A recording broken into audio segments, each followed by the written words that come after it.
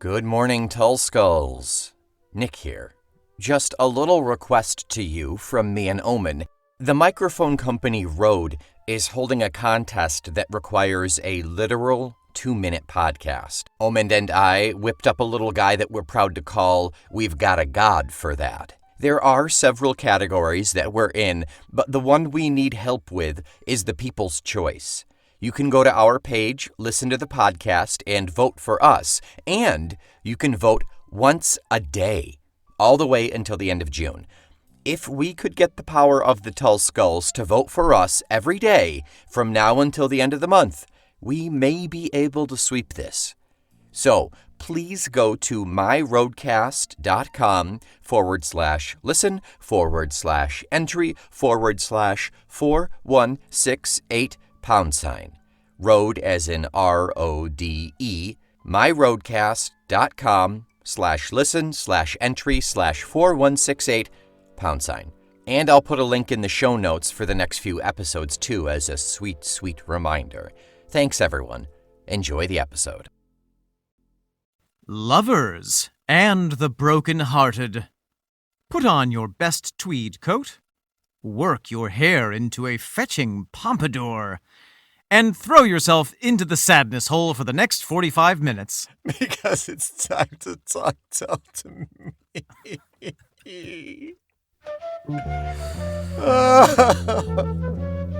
I always keep really good snacks in the sadness hole. Do you want one? Not on that diet. Welcome back, friends, to Talk Tull to Me. I am Omen Sade. And I am Nick McGill. And together, for the next 45 minutes, we will lead you in a perfectly legal nighttime skulk through the back alleys of prog rock, where Nick, technically not violating the constraints of his ankle monitor, and I, after having checked in with my parole officer, will again watch Martin Barr as he sleeps. But not in a creepy way. No, it's respectful. Yeah. We will happen to see that Dee Palmer's trash can is knocked over and carefully clean it up.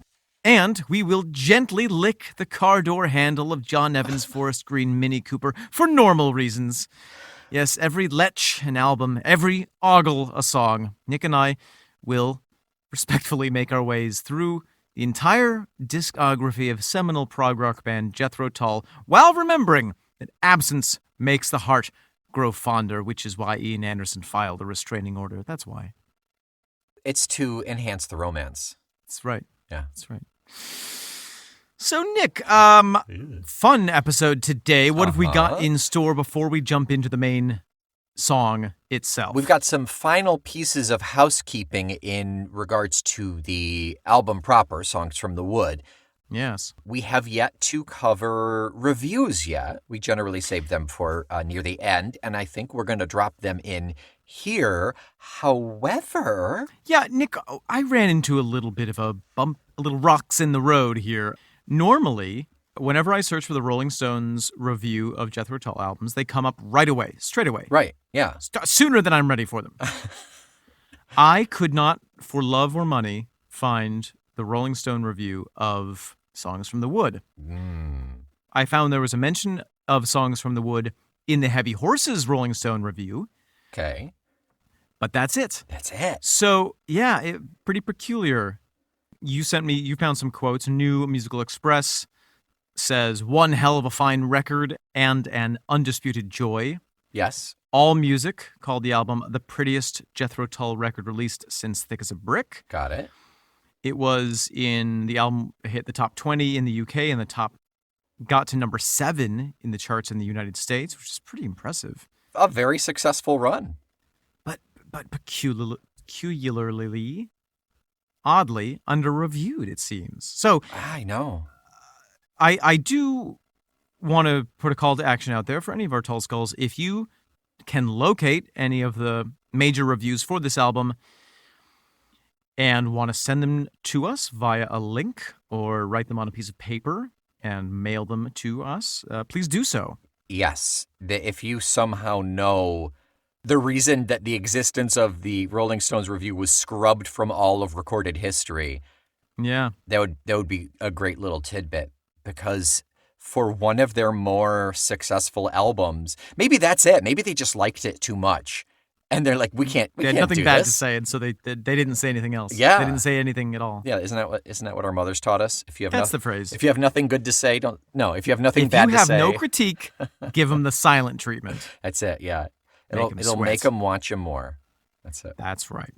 So, apologies for the interruption in our regular programming regarding the review. Nick, what else do we have? We also have something we haven't done yet, our Dogs in Midwinter for this album. This is our Albumly segment by guest correspondent Jesse Winter. And let's go ahead and listen to what he dug up on the album art. The dogs in the midwinter. Let me bring you songs from the woods. Happy Easter, Tull Skulls. Jesse Winter here at 1010 Studios in Long Island City, New York, beaming in for another contribution. Thank you, Omen. Thank you, Nick, for having me. I'm so honored to be here today and talking about the Songs from the Wood album. Cover art, vinyl itself, as it was meant to be seen and viewed and experienced to the listening public. It was released in February 11th, 1977. I was 8 months old, a wee young nursing lad, just trying to get my way in life. And somewhere in the distance, perhaps a neighbor, perhaps out of a car, Songs from the Wood was being played. And my 8-month-old ears must have caught it, because all paths lead back to Ian Anderson and Jethro Tull. So, diving right in, I just want to say this album was made during a sort of equestrian, woodlandy period, which they began in 1977.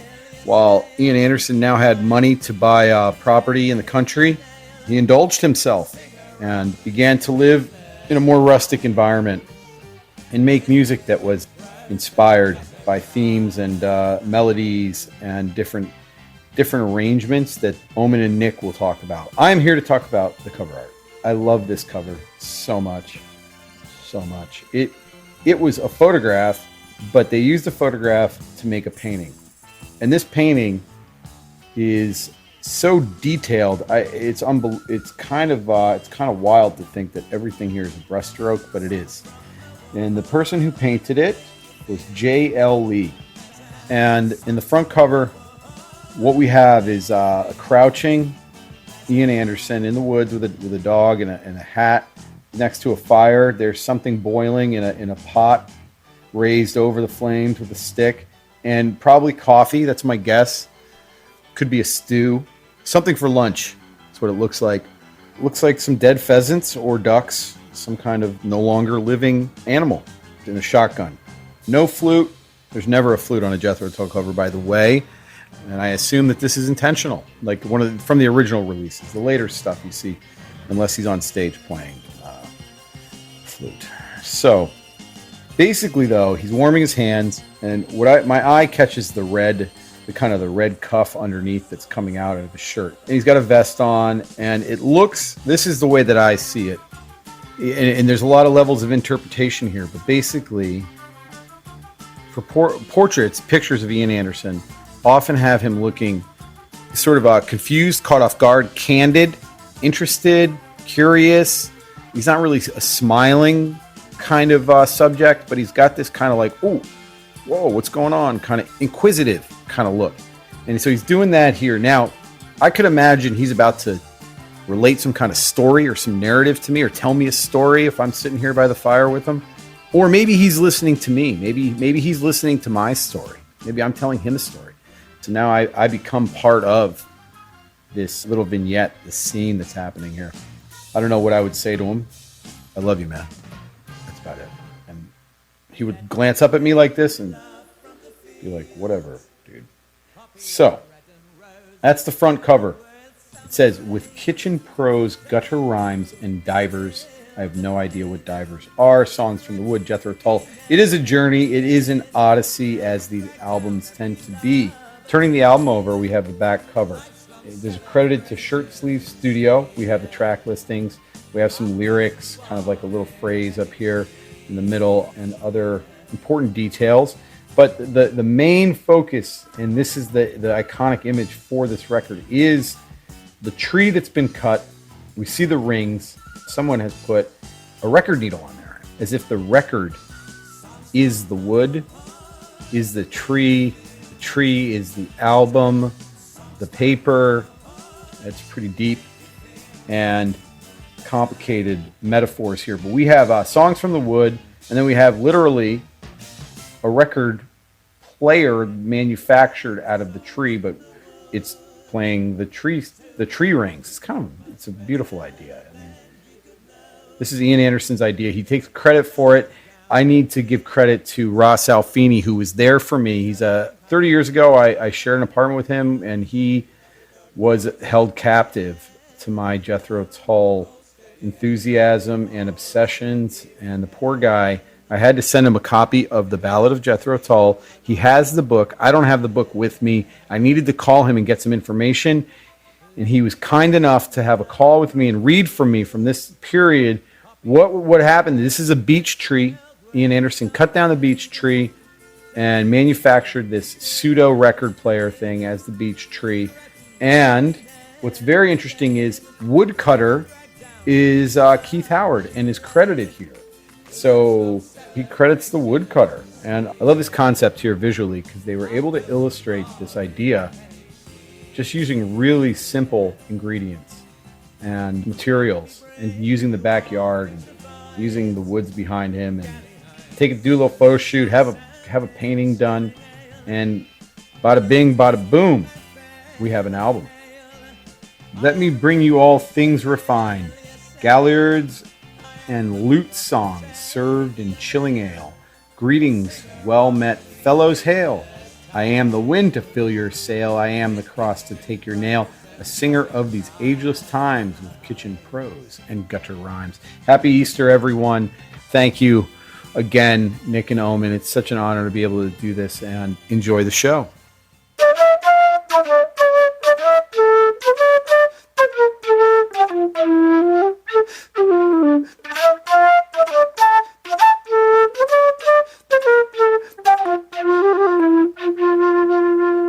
There it is. Jesse Winter. Thank you, Jesse Winter. Was Closing that out. him playing the flute? That was, yeah. Oh, wow, cool. Yeah. He's been taking lessons for a little while, and I think it's Ian Anderson inspired, which is wonderful. That's awesome. All right, that is it for preamble, and I think we can dive right into the song at hand. Which is, Nick? It is Pibroch, Cap in Hand. Let's take our caps in hand and listen to it. Let's talk Tull to me song in ear. No, I'm unhappy with that.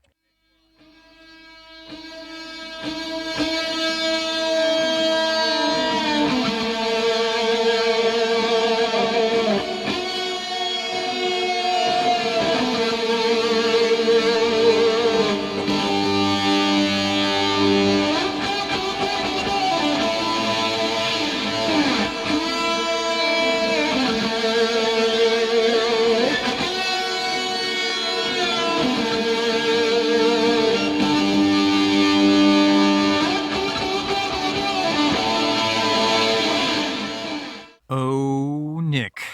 8.5 minutes. Yeah. Feels like 8.5 years. I was going to say, it feels like a half an hour, but wow. Off the bat, Nick. Upvote Upvote or downvote? You like this song? I'm disgustingly ashamed to admit that in high school, I thought this song was boring because of all of the ripping guitar, when I did not appreciate Martin Barre for the angel that he is. Sure. I want to say that I'm speechless, but I have like an essay written out in front of me of notes. Yeah. But I'm speechless right now, just hearing that song. I remember you being, it's funny that you say that because I kind of remember you being a bit obsessed with this song when we were younger. Lyrically, yes. Yeah, Lyrically. with the lyrics. Yep. Yeah. It's a lot like Fire at Midnight, which you'll hear next week, obviously, where I thought the guitar in here took away from the sentiment of the song. Oh. Yeah. Boo. Boo! I'm leaving. My cred is all gone. No, there are many pathways to enlightenment, Nick. Yeah, I think I may be with child after hearing that guitar make sweet, sweet love to me. Yes. It is recommended that you wear protection while listening to this song. I didn't, and Yeah. I don't regret it. In 9 months, you're going to pay the price. I'm going to be the proud mother of Martin Barr's child. Wow. Yeah, Lucky. not upset about that. So, Nick, there's a lot to unpack with this song. Yeah. And I think that we should do our best to not get stuck in the weeds too much and really kind of hit all of our marks. Yeah, I think that's a good idea. But let's start with a quote from the guitar man himself, Martin Barr. About Pibroch specifically. About Pibroch specifically. Yes, I think that is a great idea. All right. On Pibroch cap in hand, Martin Barr says, I remember doing the introduction to that. Turned the amps full up and went for it. Just sat and played. Of course, the idea comes from bagpipes, a certain style of music. And I remember Ian lending me an album of bagpipe music and saying, I think you should have a listen to this and get an idea of the notes they play. And of course, if you analyze what bagpipes do and try to do that on the guitar, you're really on a sticky wicket. I can't remember how the actual notes came about, but probably between me and Ian, we figured out what to play, and we used to do that as an instrumental. Lovely melody. Yes. I literally just looked up Pibroch because I thought it was a name. Okay, so I have done my research regarding that. Okay. Yeah, it is, to quote Merriam-Webster, a set of martial or mournful variations for the Scottish Highland bagpipe. Yeah, and that quick little definition doesn't really do it justice even, because the Pibroch as a musical form goes back all the way to the 16th century. Wow. And the word itself means, in Scottish Gaelic, piping. Pibrochad, I'm butchering that with my dirty Italian tongue, is the act of piping. And the musical form goes back even further. It even goes back sort of before the advent of the Scottish Highland pipes. Okay. It also is sometimes referred to as the great music. I mean, if this is any indicator, yes, that is accurate. Right. Or the big music. And that distinguishes it from other musical forms such as reels or Jigs. Reels, jigs, the other kind of dance music, which is usually faster and has a kind of a more defined format. The things that distinguish the Pibrochad are this sense that it is it is a bigger composition, it is slower, it has, like you said, that kind of mournful take on it, and it's often written down, which is kind of interesting. Like a lot of these songs, a lot of the traditional songs are passed down just orally, but there is a system of transmitting Pibrochs, sometimes with writing and sometimes through a kind of oral system of transmission, because apparently they're very difficult to write down. Notably, I want to read you from the Wikipedia article. Pibroch does not feel a strict meter, but it does have a rhythmic flow or pulse.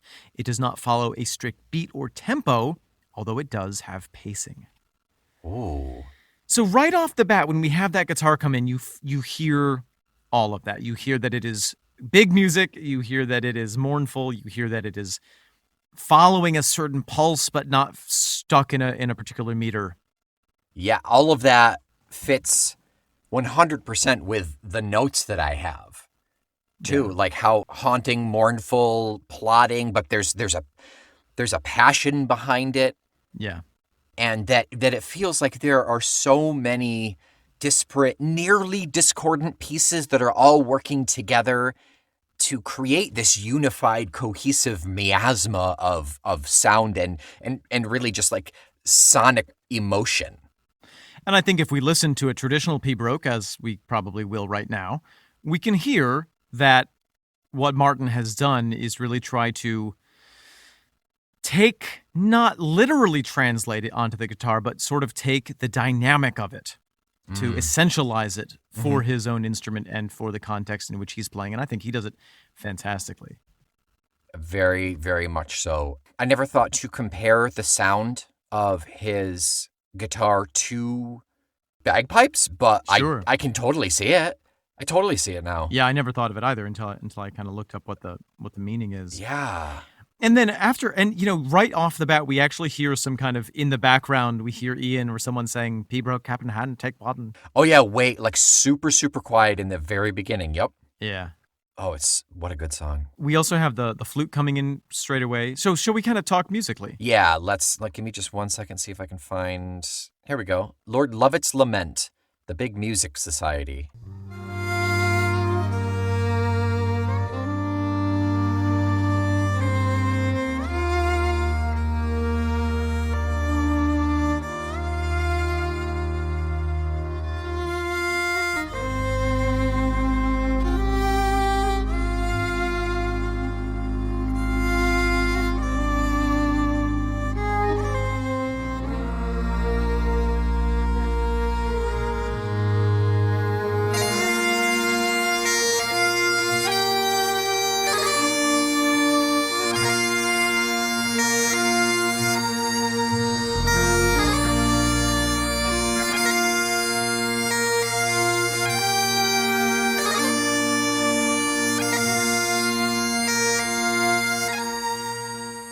So right there, I mean, we can almost hear, it almost sounds to me like Martin, took that piece of music, turned it upside down and played it on the guitar. It could be that. It is relevant because the roots of the Pibroch go back to the Celtic harp, the wire-strung harp, and there are also fiddle Pibrochs. Oh, okay.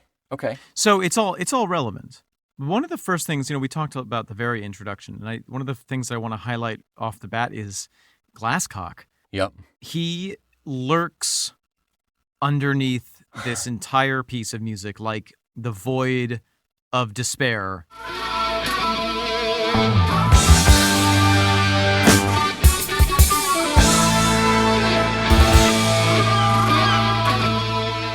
Yeah, I mean, he is undefinable feeling of sadness. He is depression in sound form in this. It's amazing. Yeah. But he's doing so. He's not just doing a drone, which he could easily do, in this Right. form. He's playing melodies. He's playing counter melodies. He's giving a sense of rhythm. And the other kind of really interesting thing about this song is the way that Barrymore Barlow finds his place, because he has a tough job in this song, because the form, as we just said, isn't defined by a particular beat, or it has a sense of rhythm, but it's not stuck in a meter. Yeah. So sometimes you hear him jumping in with a quick, establishing a meter quickly and kind of pushing the song forward, and then he kind of lays back and just gives effect notes, in a way. He's super splashy. Like he'll jump in with a single splash, cymbal Yeah. splash, and then kind of fall back away again. Yeah, oftentimes just underlining the melody. Dum, dum, dum, dum.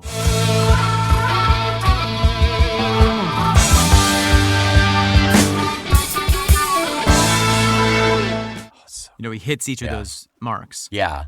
Everyone is using their instrument to full effect in this song. Yeah. When the lyrics come in, we also have the organ or maybe the synth.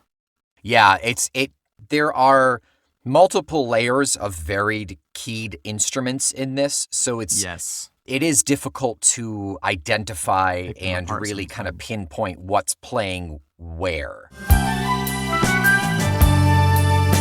But yeah, I counted synth, I counted piano, I counted grand piano, I counted organ.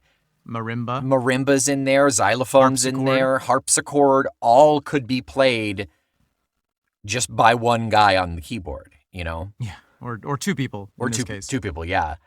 It's we have some lovely harmony on words he would say. Ian harmonizes with himself. Okay. The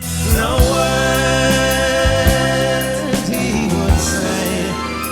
He also does vocalization in that breakdown as well.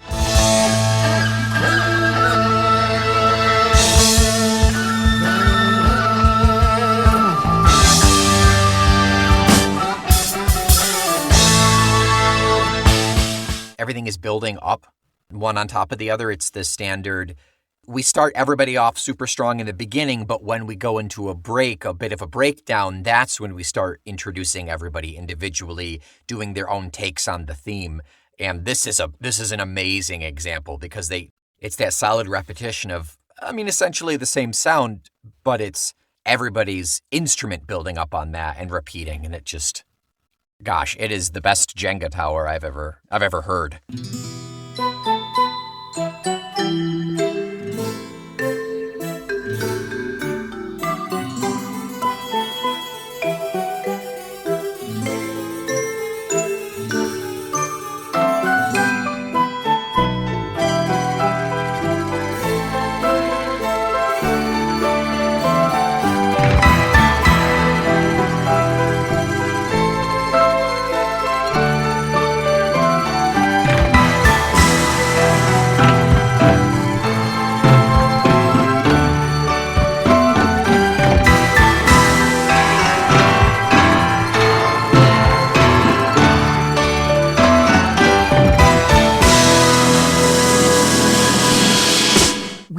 Of distinct musical sections in this. This does almost remind me of something like Thick's a Brick or Passion Play, where within one song you really have these disparate worlds that pop up, like where we have the marimba come in, bum bum bum bum bum bum bum bum bum dum dum dum dum dum dum dum dum. That whole section is really distinct from anything else. Yeah, I have that marked as the breakdown, but then there's a second part to the breakdown where it goes to just the mando and then the flutes come in. Yeah, that's, for me, that's kind of funny because in the midst of this Pibroch, we almost bring in kind of a jig. That's a jig, yeah, that's what I was thinking, yeah. I don't know if it's literally a jig because that has a specific meter. Right. But it has I feel my feet moving, and there are claps in there as well. Some lovely claps. Yep. And then the synth gets bonkers in that one. And Ian gets so carried away, you hear him gasping at about 540. You start to really hear his breaths as he's going in with the flute. Like, it is just gosh darn. Are you referring to the part where he's like... yeah, he gets... This is one of the most personal things that we can get from Ian is that touch of humanity that it's not doctored out, that they're not cutting out the breaths, that it makes it more personal, that he is performing this for us. He is giving his breath for us. Yeah.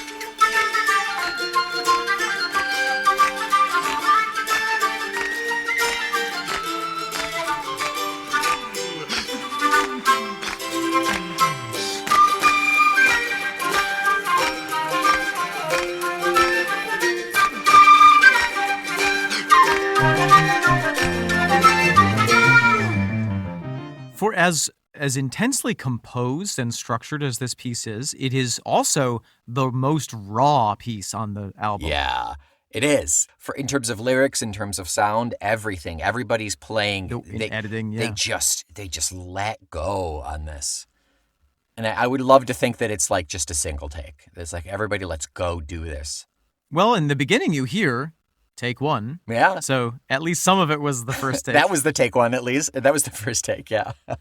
And the song always comes back to Martin's extraordinary guitar. This is, for me, one of the most iconic Martin Barre moments in the Tulliverse. I often feel like, sometimes Ian is like, Martin, I want you to do this thing which is impossible. And Martin is like, yeah, all right. All right, I'll do it before breakfast. Yeah. Yeah. Well, let me see. You mean like that? Yes. You may stay for another 10 years. Yeah, that's it. He's the only man to ever wow Ian Anderson, except for Ian Anderson, apparently. That's right. Shall we talk about the lyrics? Yeah. Do you want to talk about how many times this has been in concert before we? Yeah, get I into do. that? I do want to know that. I suspect it's a lot. 184 times. That's less than I was expecting. Really? Yeah. Really? I'm gonna have to go through the list and take a Well, look. they play 100 concerts a year Well, that's true. or more. Let's see. Aqualung was 1,737, See, right. and let's see any other big numbers. It's sort of like they play this every third show, it sounds like. Budapest is 729. Wow. Yeah, Cheerio by default is 609, but I think that's just because they push the play button. Yeah, Cross-Eyed Mary's 898. Yeah, there are lots. Farm on the Freeway is 570. But no, I mean, Ian's too old. He gets too tired to play this song, maybe, Yeah. So also, Nick, I want to talk about the alternate title for this song. Then we'll get into the lyrics. Okay, yes. So often this is written as Pibroch, cap in hand. But sometimes it is written as Pibroch, parentheses, P-break, end parentheses, cap in hand. I've never seen that. Really? Where did you see that? Oh, everywhere. I wrote it on the bus stop just this morning. And I heard in an interview with the band, I wish that I could remember this more I know clearly, exactly I'd love what to know this who was is. speaking. And I think it has to do with what Martin said about how Ian and he would play this as an instrumental. Uh-huh. Mm-hmm. Apparently, because it's 8 minutes long, this song would give the opportunity for some of the band members to go and have a pee. Yeah, I totally get it. That's exactly what I expected it to be. Yeah. Yeah. So they would often call it pee break. Oh, that's so cute. Oh, those silly Brits. Those silly Brits and Scottses. Yeah, that makes utter sense. I don't know where you would have seen that. I don't doubt you, but I don't know where I would have seen it. Well, it's a mystery. Yep, there it is. So Nick, let's talk about the phrase cap in hand, which is both the title and a lyric that we have repeated. What do you make of that? Well, to do anything cap in hand is to be humble, right? I come with you with cap in hand to apologize or to, it's a matter of, I mean, it's probably, if you want to go super crazy down into action, the animalistic nature of action, a dog respects you because they will bare their neck. Baring your head shows weakness, shows that I am below you. I should take my hat off in front of you because if you get to keep your hat on, you are of a higher station. So in terms of me approaching someone with hat off, I already am setting myself up for lesser person in the dialogue or whatever, the relationship that is happening. It's a sign of respect. There's there's a religious component to it. If you walk into a church, you take your hat off. Right. If you meet someone, if you're meeting your significant other's parents for the first time, you should take your hat off. Yeah. Unless they're like super chill. Yo. Yeah. I didn't wear a hat when I met Katie's parents. Just so you didn't have to take it off? Yeah, I took my clothes off instead. Yeah. Clothes in hand. Omen clothes in hand. And there's also, when you take off your hat and you put it in your hands, there is sort of a natural body position where you curl forward, your head lowers, and so it is, it's going further into that humility, lowering oneself. Right. A combination of respect and almost asking for forgiveness. That's exactly where I would go with it. Absolutely. So let's see how this plays out in the lyrics. Woof. Okay. We start with setting the scene. Like a lot of the songs on this album, Ian paints us a picture of where we are and the environment and even generally the time of day that this is happening. There's a light in the house, in the wood, in the valley. It reminds me of that.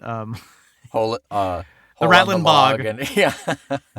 In the bog on a log and a rock Yeah. and a sock. There's a frog in the bog down in the valley, yo. There's a light in the house,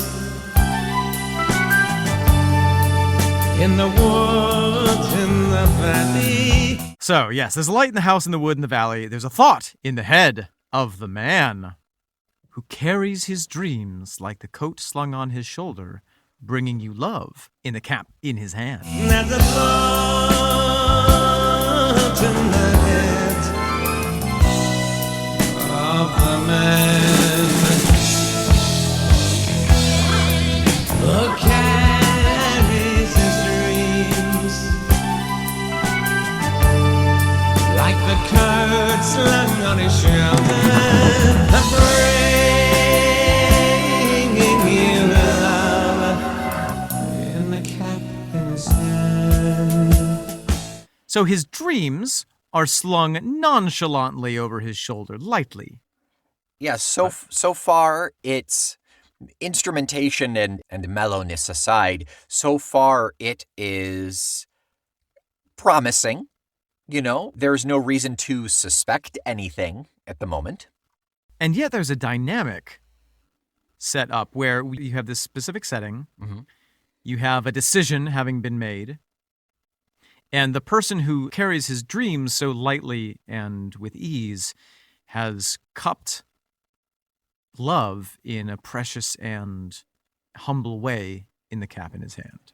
Right, he's transporting something fragile, Like a baby something. bird egg. That's exactly the image I was getting, yeah. Makes me think of find the seed of love in each find the grain of love. In the summer day Hold sands. the first grain of love in our hands. Whew, There you go. out there. There it is. Hold the first grain of love in our hand. Now, you said a decision has been made already. Yeah, there's a thought in the head of the man. Oh, okay. Okay. It's not just like maybe Maybe I'll go visit this. where's sangria made? It's a specific. It's a driving thought, I think. Otherwise, Yeah. it wouldn't be mentioned. Where is sangria made? Common question, yeah. Yeah, and each step he takes is one half of a lifetime. No word he would say could you understand. Harmony. So he bundles his regrets into a gesture of sorrow, bringing you love, cap in hand. And each step he takes is one half of a lifetime. No word he would say, but you understand. So he bundles his regrets into a gesture of sorrow, bringing you love, cap in hand. Why do we have sorrow right here? I'm having a thought, Nick. I wish you wouldn't, but I mean, if you must. It's inevitable. This reminds me a little bit of the song, because I always like to compare Jethro Tull songs to other kind of historical or other forms, because Ian plays so much with form and with precedent. Mm-hmm. Are you familiar with the song "The Boy Who Wouldn't Hoe Corn"? Regretfully, no. Oh my gosh. It's made famous by Alison, Krauss, and Union Station. Do Okay. yourself a treat. Listen to it right now. Tell you a little story and it won't take long.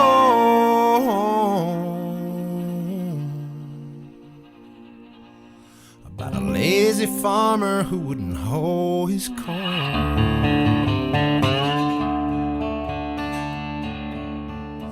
The reason why I never could tell,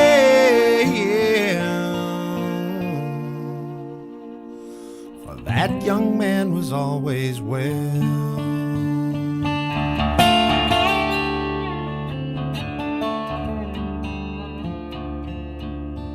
He planted his corn in the month of June.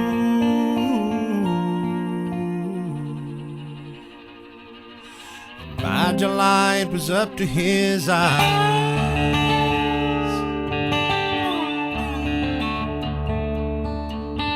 Come September came a big frost, and all the young man's corn was lost. Now that your mind is blown, Face melted, mind blown. I can't believe you put one of those after having listened to Pibroch, Omen. My doctor will have words with you. Listen, I know. But as you can hear in Boy Who Wouldn't Hoe Corn, the form goes, there's a young man who won't do what he's supposed to do.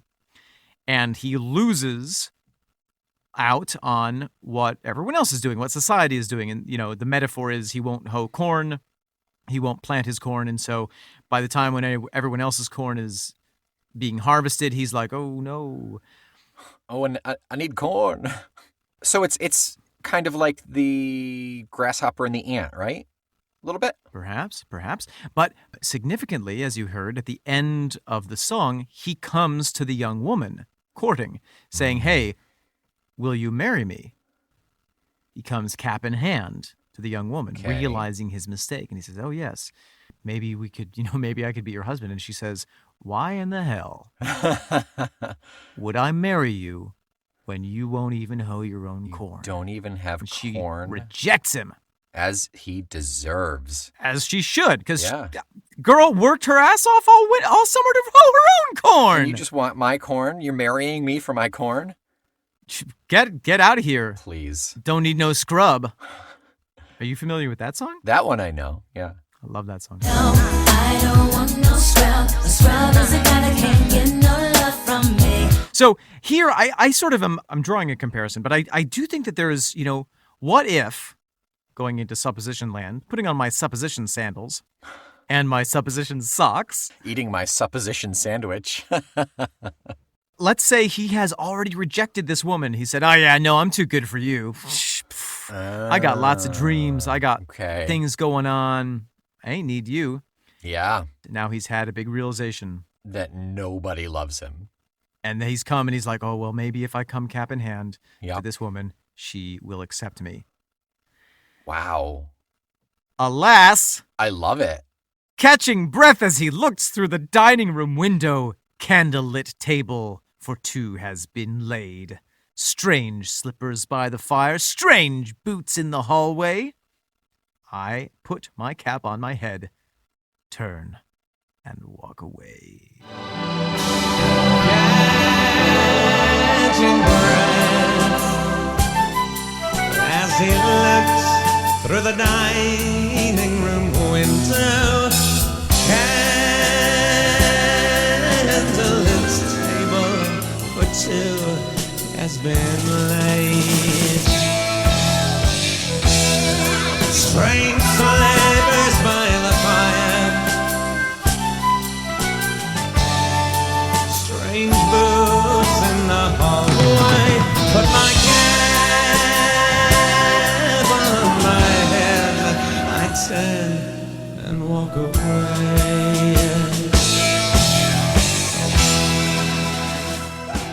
So, sorry, got to market too late. Yeah, don't be hollering out the passenger side of your best friend's ride. Okay, so bundling the regrets into a gesture of sorrow is explained by he's already made the mistake and he's trying to make amends. Okay. I'm so sorry I was such a dick. Will you take me back, maybe? Yeah, marry me. I don't have any corn. I don't have any corn, but, I'm super hot. I'm pretty. Yeah, and she's like, no. I can't eat arm candy, thank you. I can't live off of arm candy. So why the third person to the first person? Is it just like a surprise reveal? Like, oh, it was me all along. I was that little girl. I was that little girl. For me, it's a cinematic storytelling technique. Yeah, it's the pulling out. It's the zoom out. Or the zoom in. Yeah, at the beginning, you're zooming in. It's like, oh, there's the There's the valley, there's the forest, there's the house, there's the light. There's the man, there's the head, there's the thought in the head. What is he doing? And you get closer and closer to him, and then you see through his eyes. Yep. I also think each step he takes is like one half of a lifetime because he doesn't want to do the thing that he's doing. Sure. He's compelled to do it Yeah. out of... Have you ever begged someone to take you back, Nick? Oh my gosh, I don't want to talk about it. I'm Fine, sure I can't count the times. I'm sure I did some very undignified things in college. Yes. I was a Yes. hopeless, naive romantic. Even more so than I am now, believe it or Wow. not. Yeah. Yeah. So I want to give you Another chance? Thank you. finally. I adore your interpretation, and I think it's right. I want to give you the interpretation that I've had since listening to this song. This was going to be a project in Oh, I remember this. Yeah. 11th grade? 10th or 11th grade, I was going to write about this song. Did you? I did not. I went with Come Sail Away by Styx. Wow. I regret it. I regret it now. That's the one Here regret you I have come in life. Crawling back to Jethro Tull. This is my penance. This podcast is my That's penance. right. So I always read it as Pibroch is returning from a long trip. And I blame the fact that I read a lot of high fantasy at the time. Yes. So you go off and do your hero's quest and you return home to your wife. You know? And for you interpreted the word Pibroch as the name of it's a the proper noun protagonist. of the protagonist. So Sure. I always interpreted that Pibroch comes home after being away for, it's basically the Odysseus. He comes home after being away for so very long. Sure. And he's planning to surprise his wife, Penelope. So he sees a candlelit table for two. He's like, oh, she clearly wasn't expecting me. He sees strange boots and strange slippers. And he interprets it as she's found someone else, and he leaves. And on top of that, I always wanted the additional layer of, well, she set this meal every night for him. Oh. And the slippers and the boots are gifts to welcome him home, to change Right. out of his worn out boots because he's so foot weary. And he misinterprets it and leaves. And he never actually needed to. Right. A simple text.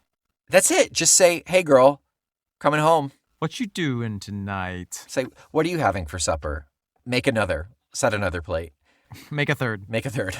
So is my interpretation because I didn't want him to think that his lady was cheating on him?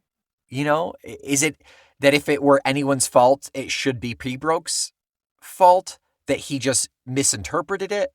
I think that your analysis, I think that your version of the story is totally valid, and you know that the beauty of all art and music and Jethro Tull is that we can have our own experience with it. I think that your interpretation was born out of your affinity for romantic tragedy that you had as a youth. Clearly I had something going on. I should take this to my therapist. I should find a therapist and take this to them. Goodness. Yeah, that's tragic. Or on top of everything else, I never thought of it until your intro. Is the main character just a creeper? No, not just a creeper. I think he's a creeper in addition to being a lazy, haughty rejecter. Yeah. But, and I never thought about my interpretation until literally today, but I do think that based on the text, there is an implication of pride having been leveled. Yes. Yeah. And that feeling, and, in the music when you know that it's too late and you just feel compelled to try anyway. Right. Just because you're so desperate you can't do anything else. Yeah, my interpretation does not explain so he bundles his regrets into a gesture of sorrow, other than maybe the fact that he had to go away for so long. Sure. I don't know. I love your idea. I love mine even more now. So I'm sticking with my idea on this one. Okay. Fantastic. Goodness gracious, Omen. Anything else? You know, Nick, I am just so happy to be at the stage in my life where I am not out in the cold staring through the window.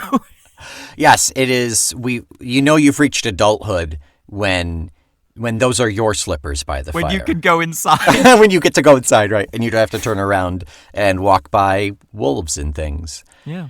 But I think that there's just enough given to us in this song, and my interpretation is I don't know, 20 plus years old at this point, that I would be curious to know if any of you sweet Tull skulls have had a different interpretation, because I love Omen's. Mine is stuck in my head.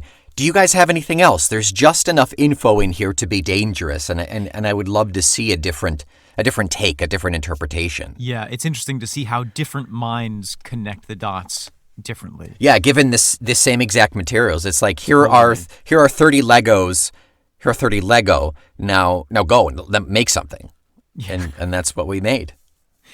We made a spaceship. And I made a rose, a delicate rose that is missing 3 petals.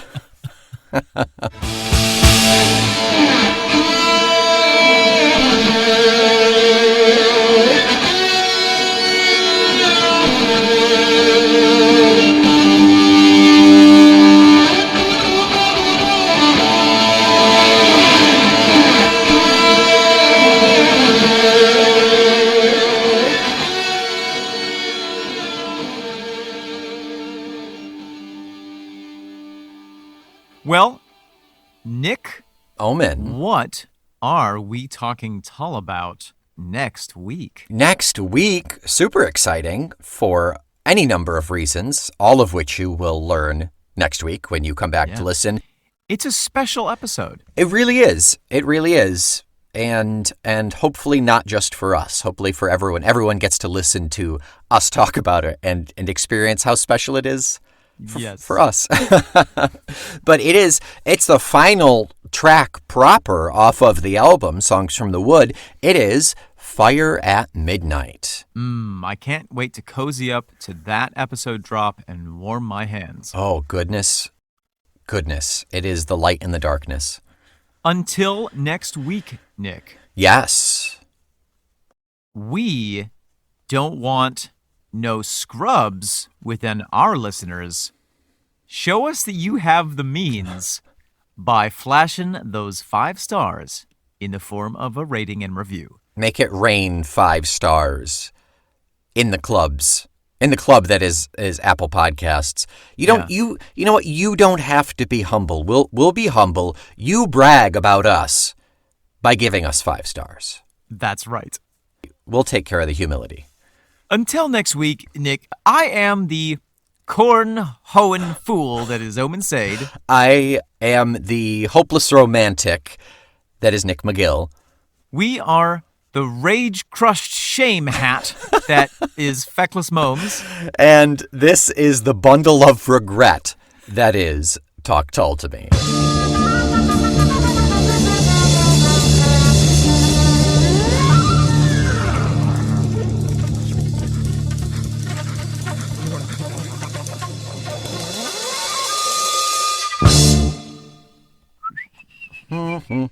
Oh, hey, Bruce. Hey, Tommy, what's going on, man? How you been? The usual, not doing anything, just enjoying this summer weather. I love the warmth. I love not doing anything. I love sitting on my porch and whittling. It's great. Oh, I see that stick that you've been whittling into a smaller stick. Really impressive. Bro. Really impressive. It's some of my best work. Hey, have you hoed any corn? Well, I mean, I threw a handful of corn out into the field. Yeah. And what the crows didn't eat. I mean, I've got a couple stalks over there. Nice. I literally have not hoed a single grain of corn. Dude, who wants to hoe in the middle of June? I don't want to be like bound in the Hoenn life. Like I'm not about that, you know? We are more than that. I don't want to be defined by my agricultural prowess, okay? Yeah, like when I walk down the road and I see over there, Hoenn, over there, Hoenn, corn, corn, corn, corn, corn. I'm like, nah, that's not me. Do you think those people are happy? They don't look happy. They look sweaty. Like Sally from across the road, she was like, she came over, you know, she comes over sometimes. She's like, yo, what's up? I'm like, hey, what's up? Does she? And she's always like, did you hoe your corn yet? And I'm like, girl, no. Do I look like I'm hoeing my corn? Who wants to hoe corn? It's so nice and warm out. Speaking of warm, have you gotten a chill lately? Does it feel like autumn's kind of rolling in sooner rather than later? It's a little cloudier than it was. Yeah. Yeah. Was that a snow? No, that can't be a snowflake. It's way too early for snow. I was going to get a new sweater, but they usually want you to pay in corn, and it's weird. I don't have any at the moment, actually. You know, now that you mention a decisive lack of corn, do you have any plan? Like, what are you going to eat in the winter time? Like when most people eat corn, you know? I don't know, man. Maybe I could like go over to Sally's and be like, hey. I was thinking about going to talk to Agatha, you know, but I feel, you know, yeah. I'm getting a stink eye from Agatha because the last time I went over there, did you know what she said to me? What? She said that Talk Tull to me is a proud member of the Feckless Momes audio network. Oh, dude. We're so screwed. We may die this winter.